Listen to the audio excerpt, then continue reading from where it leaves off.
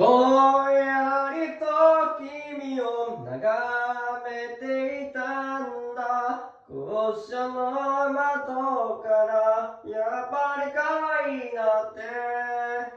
友達と笑い合う君の姿を見ることももうできなくなっちゃうな。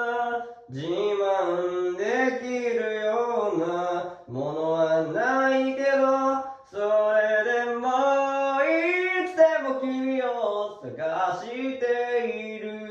きっと誰より君を思ってるのは今日も明日も僕だから。ずっと好きだってことを言わないと、会えなくなる前に、言えなくなる前に